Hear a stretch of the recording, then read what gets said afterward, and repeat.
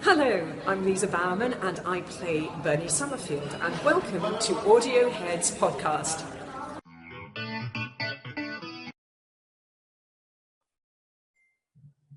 Hello, welcome to Geeks Assembled. This is Audio Heads. We are together here to discuss the third part. 1, 2, 3, 4. Fourth part of the Davros series, and it's called Corruption. And it's called Guilty. Sorry. God. It's called Guilt. Yes, a little hint here. Yeah, so it was Davros and his newfound sidekick Niter. Anyway, so let's talk about this. Yeah, so these are three fellas who I'm here to discuss it with, and one over my shoulder. And so why don't you guys go around and say what you thought of this? What's your opening thoughts and stuff? Let's start with Texas Tim. I thought it was an excellent conclusion to the story. I really like the way it really is like the night before Genesis of the Daleks is how it ends, kind of. I really like the behind the scenes bit that Nick Briggs is this, he's playing this Thal spy who ends up becoming the first Dalek since he's the guy that does the voices for them all these years. I thought that was pretty cool. It was a great ending to a really solid box set. I think this impressed me. I didn't know what it was until we started doing it a few weeks ago, and it was actually all quite good, and it was very original, and it in no way tried to make you feel sorry for the character at all, like as if he had a tragic upbringing or something sad that happened in his life that made him the way he is. No, he's just an outright monster from the word go, which is how it should be. I thought it was this was a great finale to a great set, I think, and I'll just leave it there for now. That's good. How about you, Lee? What'd you think of it?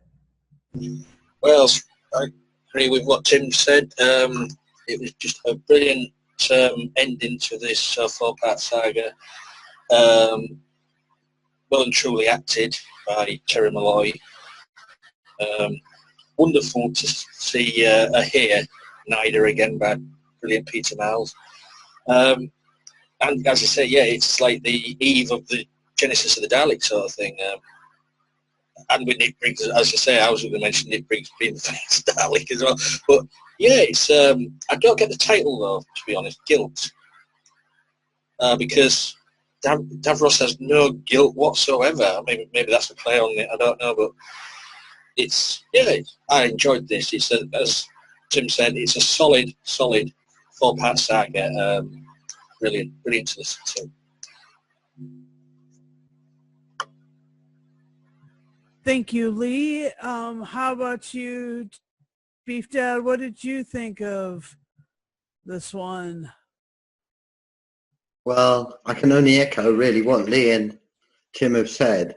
What a brilliant end to a superb box set. Yeah, absolute magic. I love the way that he was kidnapped by the Thals and then finally was kidnapped back. But when they struck before they kidnapped him, and he was coming round after that, and he was having a conversation with his mother and his sister, and it was extraordinary. It really was. That really got to me. As Lee said, Peter Miles as Lieutenant Nida. Who else could they have got to do it? I did just absolutely brilliant, perfect, and yeah, it gives you the cast really, basically for Genesis of the Daleks, and it is the sort of the perfect prequel, because you wouldn't have thought that they, well, apart from the fact that Terry Wisher played Davros in Genesis, but Terry Malloy is just absolutely brilliant in this. He's been brilliant all the way through, and beginning to sound more and more like the Davros we know and love. Just step by step, it's been an extraordinary performance by him, and of course it was an absolute joy to have Lisa Bowerman playing Colonel Murash in this. You can't really have a big finish without Lisa Bowerman. But no, it's absolutely brilliant, and yeah, another piece of Big Finish magic. Cool, thank you. I agree. I enjoyed the drama that was building with this in this war zone, and between the characters. I loved how the science was getting more and more refined, and that Nick Briggs did his character, the spy, did get a suitable end. It was pretty brilliant. The thing that I was going to mention was in response to the question, what does the title mean? The first title was Innocence, and that's when the Khalids were innocent of anything yet, and then they were pure, talking about racial purity, and then they were being corrupt, becoming corrupt, and then they turned into the Daleks, and became the most guilty force imaginable. Or maybe it was that the guilty was the spy that became the Dalek. Anyway.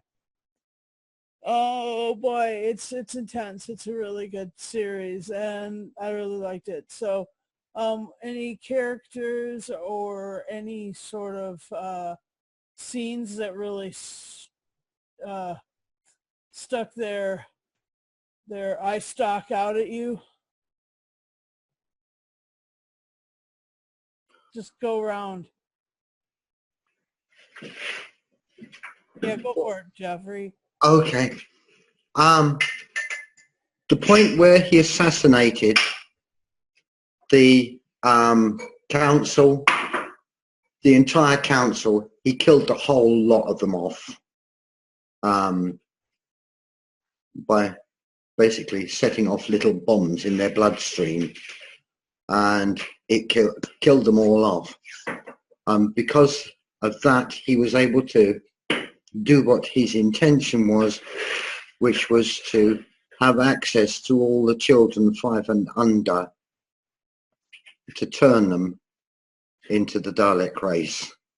And that really gave me the creeps.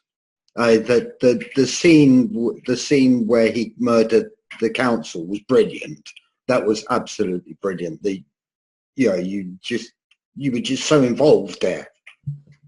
But then the announcement that all children under 5 were going to be kept in the nursery, and we know what the nursery was like, from glowing green and squiggly. Yeah, we know what it was like from the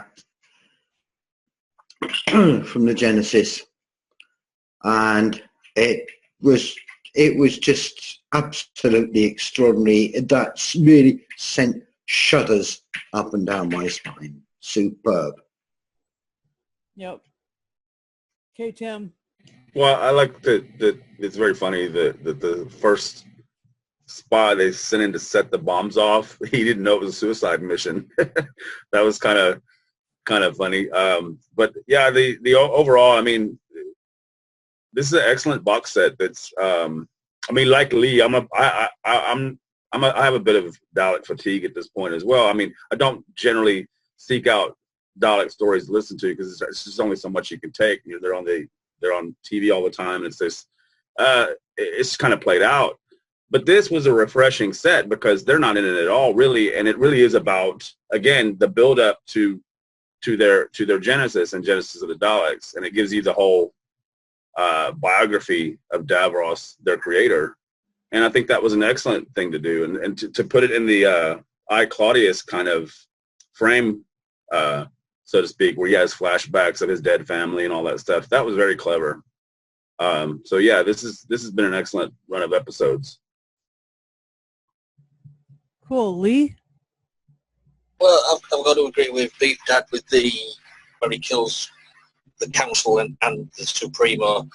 That was just, well, I wasn't expecting that, to be honest. That came out of the blue.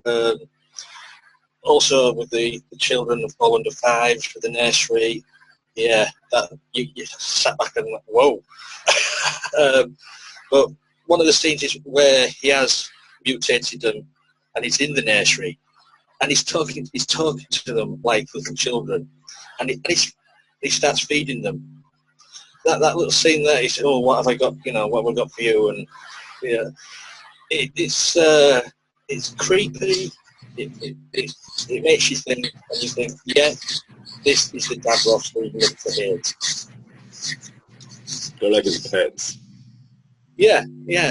It's because he's got nobody else apart from Nyder, of course. And said it was wonderful to hear Nyder's voice again. Yeah. Character of Peter Miles as Nyder, brilliant. Yeah, you know, as someone who loves children, it was pretty, that specific scene was pretty dang devastating. You're right. What do you guys, what else would you guys like to talk about regarding this? The floor is open. Well, I'm just going to say that Terry Malloy, he's played Davros more than any other actor on TV or on audio.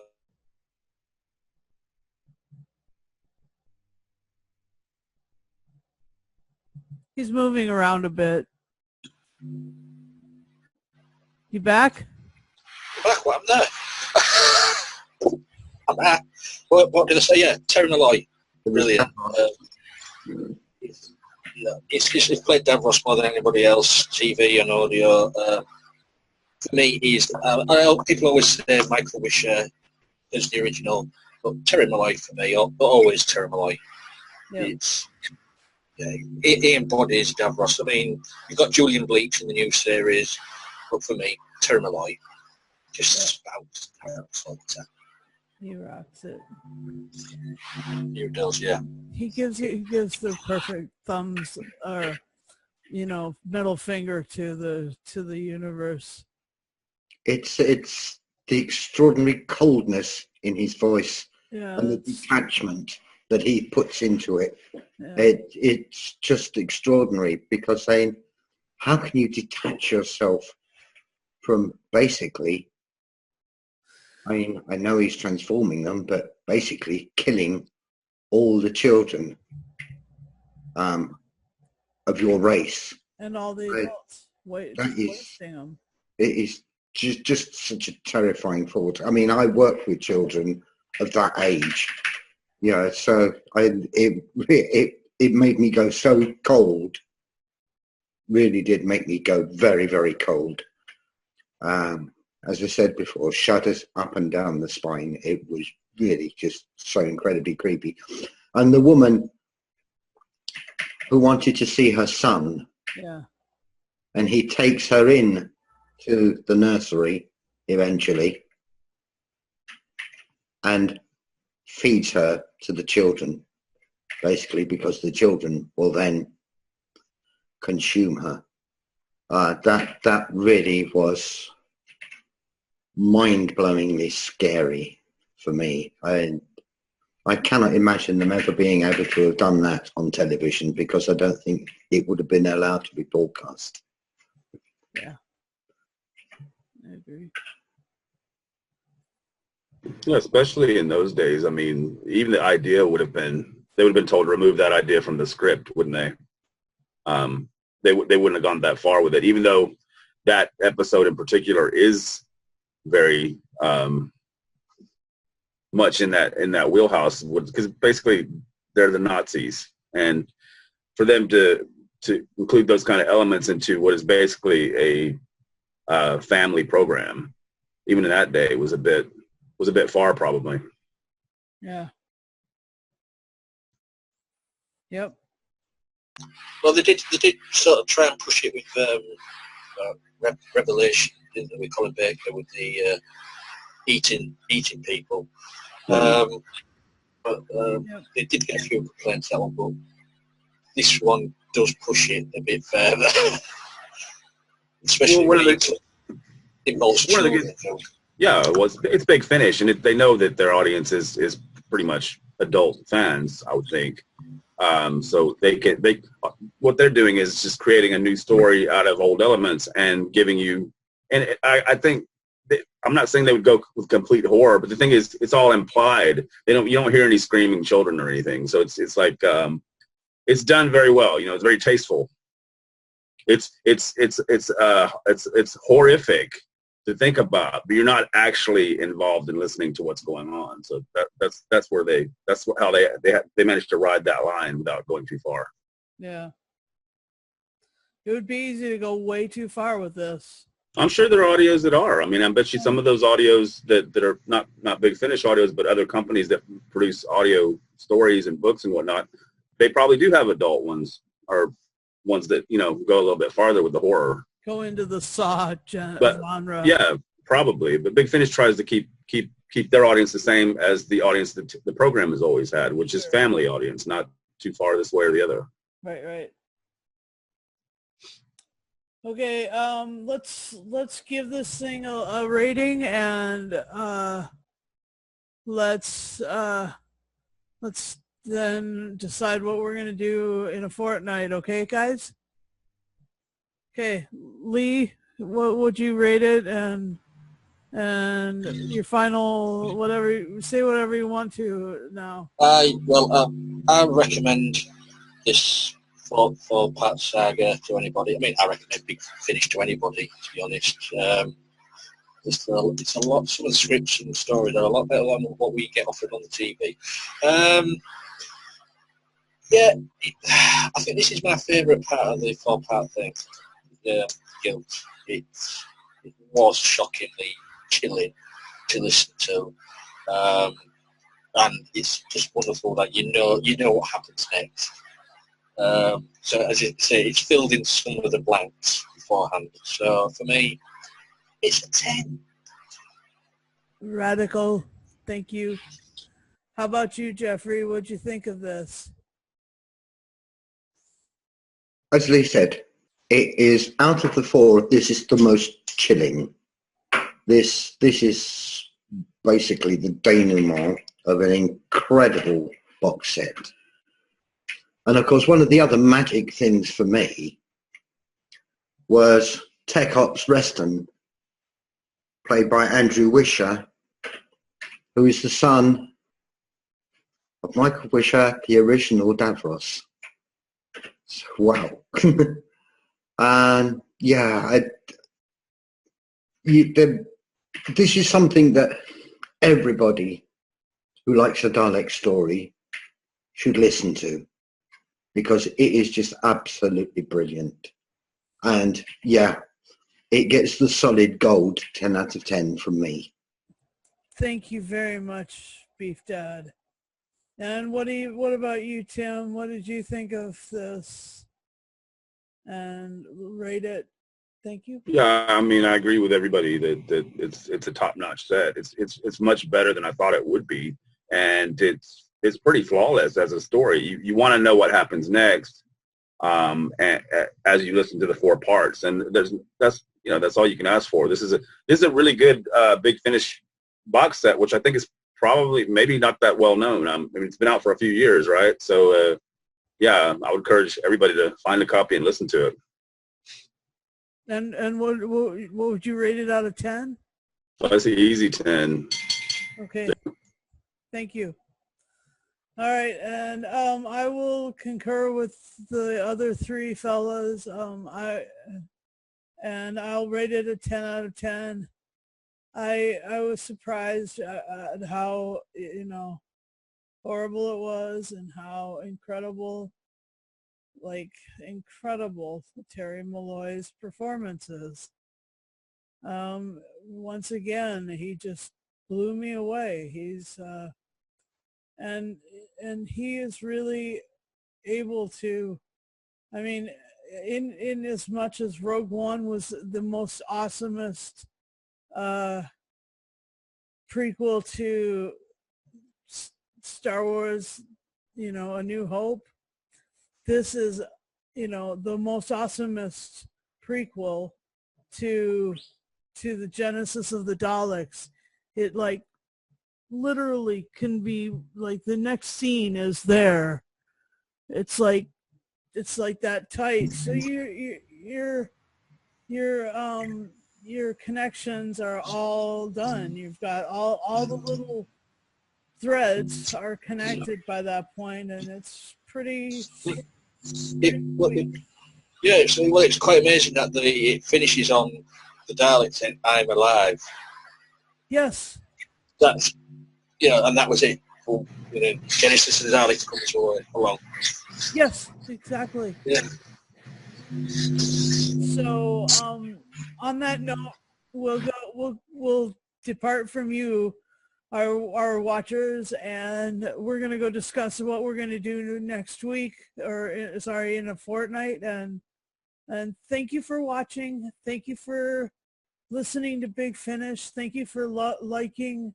Thank you Dalek, you people who are tired of Daleks, for listening to that and for going through that, and thanks for giving us a like and a subscribe and a comment below. Go for it. Sort of do all the normal things on YouTube and enjoy the rest of our videos. Thanks. Have a great one.